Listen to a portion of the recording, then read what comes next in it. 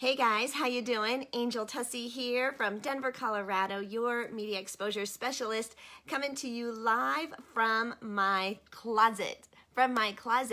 If you've been following me, you know that I've had the urge to declutter, and I've been cleaning out my closet, cleaning out my house, and tomorrow I'm even hosting an open house because I'm also closing down the Experience Pros office here in Denver, in Aurora. And so today, as you guys have seen, that I was cleaning out my closet. I stacked all the dresses that I own onto my bed. I asked for resources for, where do I send? Where do I take donations? Where do I get cash for my clothes? I tried the eBay thing, and you guys have been dynamite in your suggestions, tagging me in articles and links. I've had people come to the house and pick up stuff. It has been incredible. But the one thing that was missing from this entire conversation was bringing in my favorite professional organizer. You know her from Major Mom. You know her from, let me put her in here, from, if you're not familiar with her experience on Shark Tank, make sure that you plug in. So let me make sure that I get Miss Angela invited into. There she is, darling. Hey, Major, how you doing? Oh, I'm doing good, Angel. It's so good to see you. It's so good to see you. Beautiful. How's life in the Major Mom world? Organized. Organized. I love it. I love it. Okay, so Angela, right? I'm going to make sure that we introduce you to the audience, all the folks that are hanging out with us today, because you've got an amazing story.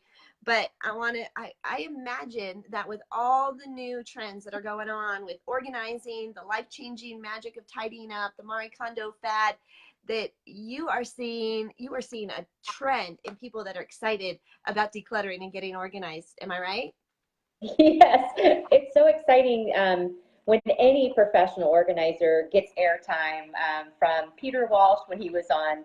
I don't know if anybody out there right now is listening. Peter Walsh was amazing. He was on Oprah, then he had his own show, and Julie Morgenstern was a very famous organizer in the 90s. And anytime one of my peeps make the airtime, it just melts my heart because they're singing my song, they're preaching to the choir and things like that. So I'm so happy for everything Marie Kondo has been able to accomplish because it's like our industry rises together.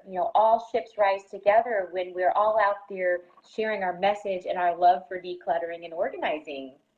I love it. I love it. Okay, so how long has Major Mom and Major Organizers been around? Give us some background, how you got started in this journey. Well, let's see, my daughter is 15. So 15 years ago, my nickname became Major Mom. I would get home from duty in uniform, and I was a major in the Air Force. And Frederic would run to the door and hand me baby Liliana and say, Major Mom is home. And then 18 months later, I had my wonderful son, Nathan. And at that point, I decided that military life and motherhood were no longer compatible for the kind of mom that I had started wanting to become. And so I resigned my commission to be a stay-at-home mom. And that worked for a couple of years. And then our real estate business went boom. And God said, I have another mission for you, and it has nothing to do with the military. It has to do with homes. And I really felt called to start organizing homes when my husband came home one day. I was watching Peter Walsh, who I think is my soulmate, but don't tell my husband. Um, I got to meet him in LA last year, but I saw that. I saw that video. I watched it. I watched it not too long ago. It came up. It popped up somehow on a I memory for me. did he stay? He stayed down here, but in heaven, we'll just be two spirits together organizing heaven. But I met Peter Walsh, but my husband came home and I was watching Peter Walsh and he said, Hey, Angela, we need to talk about you like finding work. And I was like, Shh, Peter Walsh is talking right now. And he's getting a deal. And my husband said, That's what you should be doing for a living. And I thought that was so ridiculous that he had said that because at first I thought he thought I should be on TV. But then he said, I don't think you realize something, Angela. You have this gift for creating order and you actually like to do it. And I don't do it in a way that is um, OCD, overdoing it either, which is not fun for a lot of people to take it to the far extreme of minimalism and that's not how a lot of people do enjoy living. So I think I have a really good balance in it, but the journey has been so fun working with people in their homes and working with other entrepreneurs like you know, spreading the word. Okay, well, we can't have you on any type of media platform and not talk about the fact that you were also a Shark Tank star, being featured in Shark Tank as a woman, a veteran, woman-owned veteran business, like woman and veteran and entrepreneur. You are a unicorn. Talk about Shark Tank and the exposure that that did for Major Mom and major organizers. That was such a crazy experience. You know, Shark Tank, I want everybody to know that I actually would have never reached out to Shark Tank and thought that I should go on Shark Tank. One, because I watched many episodes. I knew they weren't really that excited about service companies. And so it just never seemed like the path. It never crossed my mind until they contacted me. And they were looking for the unicorn, female military entrepreneur that's got some success. And so there's not a lot of us. So yes, that's probably why I made the show, because I fit a little thing that they were looking for. But I had to apply. I had to go through all 6 months of really rigorous screening processes, and it was painful. And the door was open for us to do that. We went on Shark Tank. We didn't get a deal. You know, that I prayed before I went, and I was on my knees, and I said to God, if you keep these doors closed, I accept that. If there's no offers, I accept that. I'll accept that part of the journey. If you open a door, I will walk through it. So I was, you know, negotiating with God. If you give me wonderful, and He gives me an offer, I'm taking that offer. And so, Lord, whatever doors open, I'm walking through them. So He kept them closed for me. But the thing is that right after the Shark Tank episode aired, we had 300 people who wanted to start franchise locations, and we had new clients, we had new employees.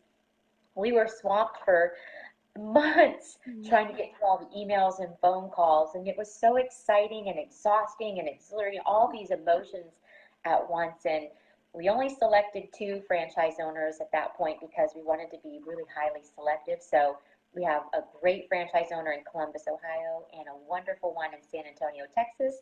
And then we have our Denver and Colorado Springs location. So Shark Tank kind of just forced me almost to do something that I probably should have started a long time ago. But I was having so much fun in Denver and working with my team and all of our clients that franchising seemed like not part of my path. Well, I know it's been super fun to walk this journey, to watch this journey, that as an entrepreneur, getting the media exposure, what that does for your business. It forces you to be brave, to take steps, like to get out of our comfort zone and put ourselves in front of a bigger audience. So love it when media goes well, right? Even if it isn't necessarily the result we were looking for, but that it did create an amazing amount of exposure for you. It also has given you an incredible accolade, right? To a credibility factor to be able to say that you've been featured on Shark Tank, and to be able to share those videos and have all that content and social proof out there. Okay, so we are talking with the professional organizer, Angela. Okay, is it not Cody Roget? Is it just Angela Cody? Is it Angela Roget? How are we going with you today? Well, you know, my husband likes when I use his name since we're married, so it's Cody Rouget. Okay, all right. So Angela Cody Roget, she is a professional organizer, owns one of the top organizing companies in the country, started here in Denver, Colorado over 10 years ago. Yes, 12 years ago, 15 years ago. Okay, awesome. And so right now, you guys probably know that the Marie Kondo fad and trend is like taken over. I've gone to the donation sites and they are overwhelmed. Donations are up 350% since her TV show came out on Netflix at the beginning of the year, which is great for all organizing companies. It's a chance for all of us to jump on board and finally declutter. Angela, for years, you have said that getting organized is not a luxury, it's a necessity. I mean, you had us like in our leads groups, like you had us chanting this. It's a necessity. Why? Why is it so important? I mean, why is it that that I can have 71 dresses in my closet and there's just so much stuff and I start to feel like my stuff is suffocating. How did we get here, and why is it such an epidemic? I think that it's so easy to be hyper consumers as Americans. I know that in Japan it's not. Marie Kondo had her work cut out when she came to the United States of America because I don't think she realized how much stuff that Americans could have. I don't think that it's quite that extreme in Japan. They have a lot of smaller homes and their culture is just a little bit different. But I think that hyper consumerism is part of the American struggle because I think you probably heard this. We could receive anywhere from 300 to 3,000 marketing messages a day, and depending on your career field, what you do. So from the time we're in our mother's womb, we are being told what to buy, when to buy, and that we're going to something wonderful is going to happen to us if we buy it. We're all of a sudden going to be really smart or handsome. The commercials and so I believe that it's so easy to buy. And then not only is there stores everywhere, now we can buy Amazon. A lot of my clients, I'm like, holy cannoli, you have 17 unopened QVC boxes, or you have boxes and boxes from Amazon that haven't been opened yet because, they just needed it at the time, but then they're like, I didn't really need that. So they don't get open. But that ability to consume and to purchase is very easy for Americans, the dollar store. And so, yeah, you have 71 dresses, but your career that you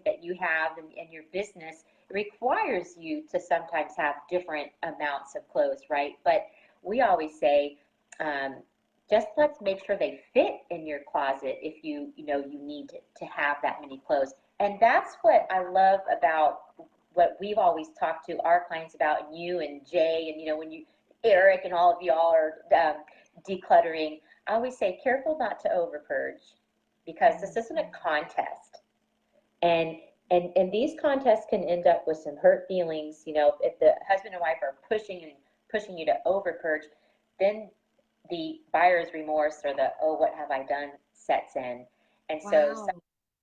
we go into this overreacting knee-jerk response, which has happened with many people with the Marie Kondo series. It's like, we're getting rid of everything. And then, oops, what have we done? And so that is a decluttering process. I don't really call that an organizing process, if you will. So that there's also a difference between just decluttering and organizing and have sustainable systems in place in your home. Ooh, that's good. I've never heard you say that about the declutter remorse. I think that every time we've ever purged and decluttered, I always discover there's at least one thing that I wish I wouldn't have. And I've just kind of justified it in the process to go, well, you know what, but I got rid of all this other stuff that I didn't really need. And so I had to sacrifice that one thing. And I just kind of justified it, but I didn't even realize it was a thing. But you're right. Being organized is very different. So let's talk about some of the different things, because let's put Major Mom and the Marie Kondo methods like up on the board. What are some differences that how you approach it versus how she's approaching it? I did watch every series. Any organizer that's ever on TV, I make sure I watch everyone because that's my industry. So I need to know what's going on, right? So I think I know her methodology pretty well. Her book came out a long time ago. We read through that as a team. My whole company, did that. So I think the Kondo, the Con Marie method, they call it, versus the Major Mom method is incredibly different. And I think it's because we approach people's homes with zero judgment about the number of dresses they should have or the number of books one should own. We don't come in with any preconceived notions what stuff should be going and staying. And we don't have cookie cutter solutions to what stays and how it will be organized. So we don't show up with boxes. We don't show up with any idea of this is how we're going to cookie cutter this house. Everything we do is custom for the family and the season of life they're in. So that's the one big difference between Major Mom method and the Con Marie method. The other huge difference is the way we go about decluttering. So in Marie Kondo, she will take everything out of the closet and pile it on someone's bed. Now, as I was watching this as a professional organizer, I was actually, and I'll just be honest, I was absolutely horrified for that client. And when I watch the show, that's why it gets so many people into it. Because I mean, even all the organizers in the industry are like, oh, she just put all that stuff on the bed and piled it high. And Major Mom, we take it out of the closet for our clients and we sort dresses with dresses, pants with pants, shirts with shirts. We take it all out and sort it so that then when we do the treasuring stuff, we call it, which is deciding what to toss, keep, donate, sell, we're actually picking up each item, and if the client is stuck, we say, okay, have you worn it? Ever? Ever. This price tag is a clue. There's a price tag. And if they lie and say, well, yeah, I haven't. Now, come on.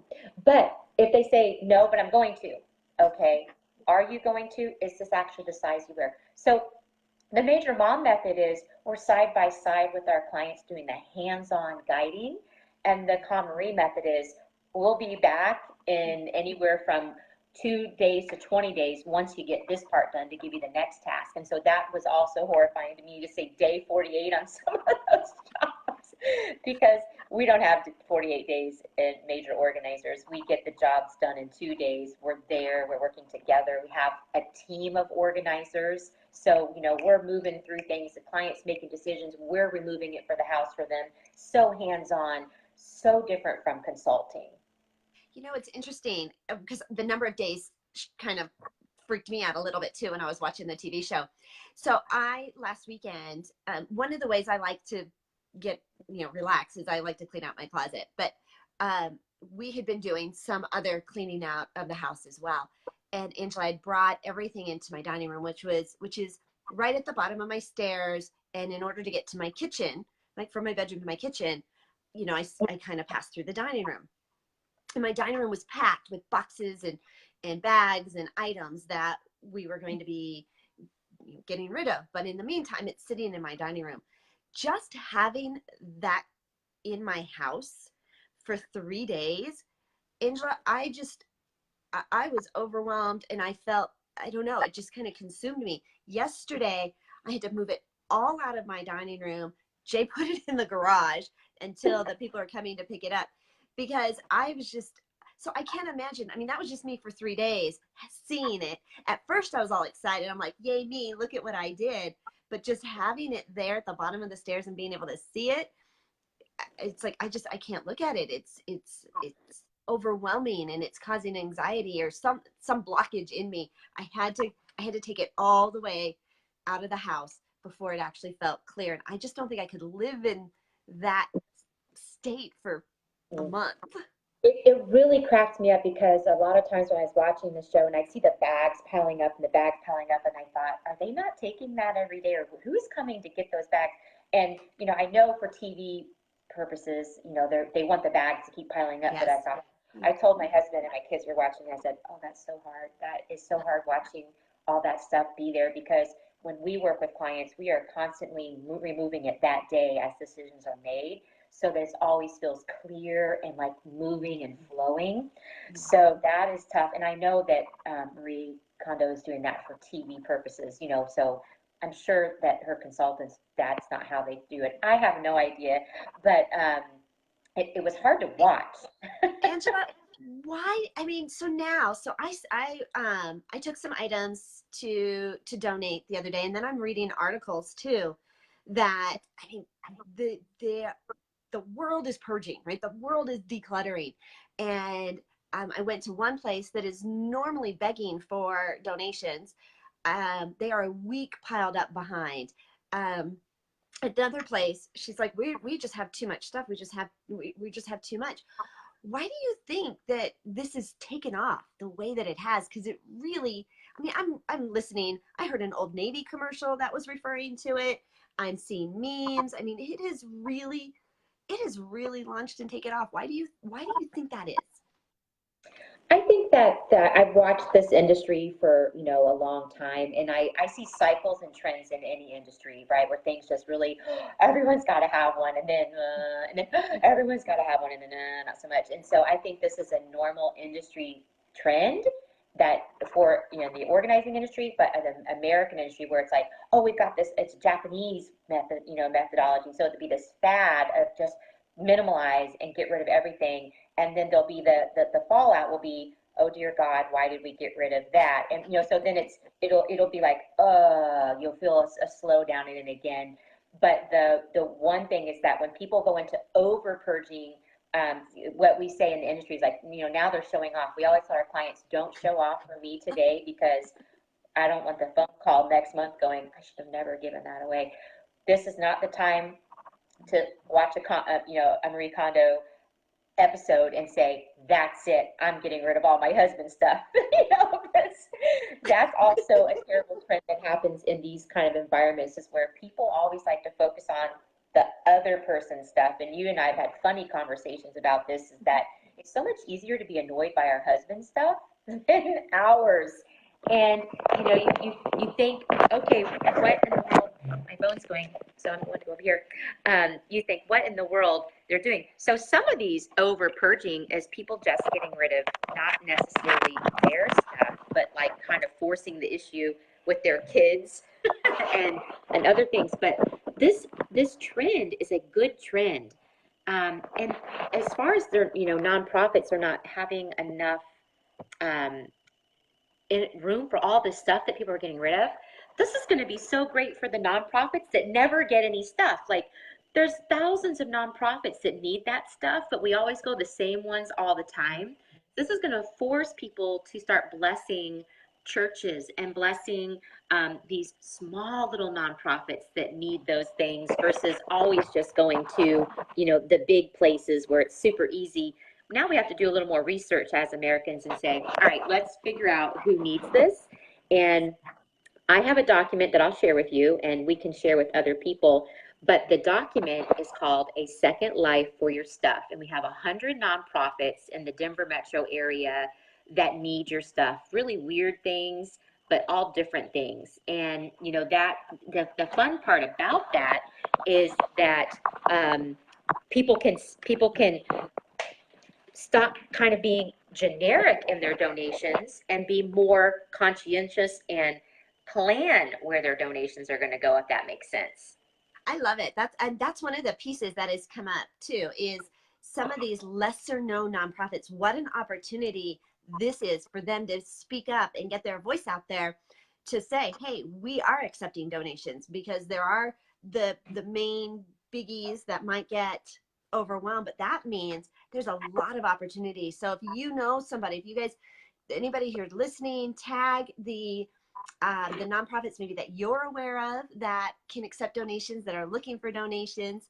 And if you have somebody that's looking for donations, like, put the word out and share, because it is a huge trend. A lot of people are jumping on the bandwagon and decluttering, myself included. And so it's a great opportunity. So I would love to have that document. How, like, if people want that, can they send you an email? Can they connect with you, Angela? How can they get that document? Yes, they can email liberators@majororganizers.com. That is liberators@majororganizers.com. If you want that document, this is really only good for the Denver Metro, but if you live somewhere else, it might start kind of get your wheels turning on. There are so many more nonprofits out there than just the bigwigs. Okay, so decluttering is, kind of the big thing right now. We're all getting rid of, and yeah, we're kind of treating it like a contest. So thank you for encouraging us not to over purge and not to make it a contest. But then the organizing step. This is the piece, Angela, that this is now a lifestyle. This is where it's more than just get rid of your stuff, but it's maintaining this peaceful, symbiotic, stress-free, it's not about having 25 books or 15 outfits. It's really about living your best life. What are some steps that we can take to get organized now that we've got the clutter out of the way? I love it. I love it when you say it that way too. I'm so sorry that my phone was going dead and then this plug isn't working, so I'm just walking around trying to find juice. Of course, that's what's going to happen. But the most important thing that we always, we give presentations all over the world, pretty much, when we do webinars on this topic of decluttering and organizing. And decluttering is the first step in feng shui. It's the first step in almost anything when we talk about organizing. So my first tip for all of our clients and people who come and watch our workshops is we say, if you can stop the incoming, if you can really make a conscious decision today to stop being on the hyper-consumerism bandwagon, you wouldn't need to get rid of so much stuff, and it wouldn't be so stressful. And so sometimes we tell people, okay, if you have a problem going to garage sales, then don't go to them. I have lots of family members that go to garage sales and they get so much stuff and then they bring it home and I'm like, but you didn't need any of this stuff. And now we have it. Or those people will then give it to the other people in their family and it's like, I didn't need that stuff either. So you stop the incoming. That is like the first most important part of decluttering, is stopping that. If you're one of the people that love to buy with things when they're on sale, and they're on sale, but you don't just get one of them. By golly, that wouldn't be smart. You're going to get 20 of them because they're on sale, and then 19 never get used. So they're all in different colors and all different necklines, and I might need. And you are not, you and Jay have, you guys are dialed in and that you're not hyper consumers. You have what you need. And the thing that's really important to share with people is being organized is a constant process. Angel, you're not just going to declutter one time. I've known you for 12 years. I have watched you declutter your home several times over those 12 years because it's natural and normal that, one, we just get tired of things. Two, we just don't need them anymore because we're in a new season. So just because you keep organizing and getting rid of things doesn't mean you're disorganized. It's a process. Sit here. Oh, jeez. Okay, everybody, this is Jay. Oh, is it everybody? I thought it was just Angela. Hi, Jay. Angela. I'm glad you're dressed. I just went for a bike ride. He thought I was just talking. I just thought you were talking to Angela. You're not lying, Jay. You've been so supportive of the organizing process, and you've done such a good job with it. And we were just talking about the best thing you can do to prevent needing to do a massive purge is to stop purchasing things you don't need. That's absolutely right. You just got to get Angel convinced of that. Hey, I did good. I'm doing good. I'm doing good. Oops. Okay. Great. Yeah, Jay thought you were just giving me tips on how to get organized in my closet. So he wanted to say hi to you. He's like, wait a minute, there's everybody. I do have to tell you, Angela, I don't know where this fits in organizing, but I don't know if you do this, but so a year ago I started traveling, stopped working out as much. So my body has shifted a little bit, but does everybody keep a picture of their hot body that they want to have like in their closet to stare at? So that reminds me of my goal. I love it. I have a thought about having hot women that are probably 20 years old in those pictures and trying to get my 50-year-old body to look like a 20-year-old body. Not that I'm giving up, but I no longer find 20-year-olds as a source of my inspiration. It showed up. We're going to Mexico in a couple months. I'm like, it's nice of them that they used my old body on that picture, right? I should have that in my closet. Also, here's one thing too that I should mention too, Angela, is that Jay and I have separate closets. It was one of the biggest benefits of the house that we are in is that we have separate closets. So I don't mess with Jay's stuff. I don't look at his closet. It's not invading my space. I never feel the urge to clean his closet, which allows me all the freedom in the world to do whatever I want in my closet. And I will tell you that has probably been a marriage saver for us. Yes, we work with a lot of clients who share closets, and sometimes the solution is to not share a closet. Sometimes the solution is not to share a bathroom. And so sometimes we come up with radical solutions. And that's the other thing, Angel, that you know about major organizers is that sometimes we come up with radical solutions to some of the clutter, but the organization situation. And we can come up with really sustainable, good solutions that seem radical because we're in there with our clients, going through things, we're learning about their life, and we're learning about their vision for their home, their vision for their life. And so sometimes we'll say the crazy thing